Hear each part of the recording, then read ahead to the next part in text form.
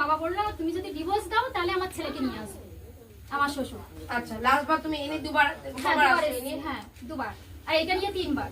হ্যাঁ, এটা নিয়ে 3 বার। ও প্রথমবারে টাকার অফার দিল, দ্বিতীয়বারে বললো কি ডিভোর্স দিলে তারপর ছেলে নিয়ে আসবো। তারপর উকিলের কাছে গেছে ডিভোর্স করার জন্য, সেও রেকর্ডিং আপনাকে পাঠিয়েছি দেখুন। হ্যাঁ, উকিলের সাথেও কথা হয়েছে আমাকে, আচ্ছা। যে এরকম আপনাদের মধ্যে কোনো ডিসপুট চলছে অমিতের আর তোমার। তো আমি বললাম না, আমি তো বিয়ে করেছি সংসার করার জন্য। তখন বলছে ছেলেটা যা করেছে মনে হয় ফেসে গেছে, ওর মা বাবাই নিয়ে গেছিল কোর্টে। ও বলেছিল যে ওর মা বাবা ছেলেটা এসেছিল এখানে আমার কাছে, আপনি ওখানে দেখবেন ওনার নামটাও রেকর্ডটা দিয়ে দিয়েছো। হ্যাঁ, যে রেকর্ডিং আমি সবই দেখতে পাবো, পাঠানো আছে। ঠিক আছে, তাহলে এবার তোমাকে অফার দেওয়া হয়েছে টাকার, আর দ্বিতীয়বার অফার দিয়েছে ডিভোর্সের, আর এখন তৃতীয়বার অফার দেওয়া হচ্ছে যে আমি কিছু জানি না, আমরা কিছু জানি না, কোল্ড ড্রিঙ্কস এর সাথে কিছু মিশিয়ে রেজিস্ট্রি হয়েছে, তাই তো? সেটা রেকর্ডিং এ বলবে। ঠিক আছে, এবার তুমি থাকবে এখানে না আমার সাথে যাবে?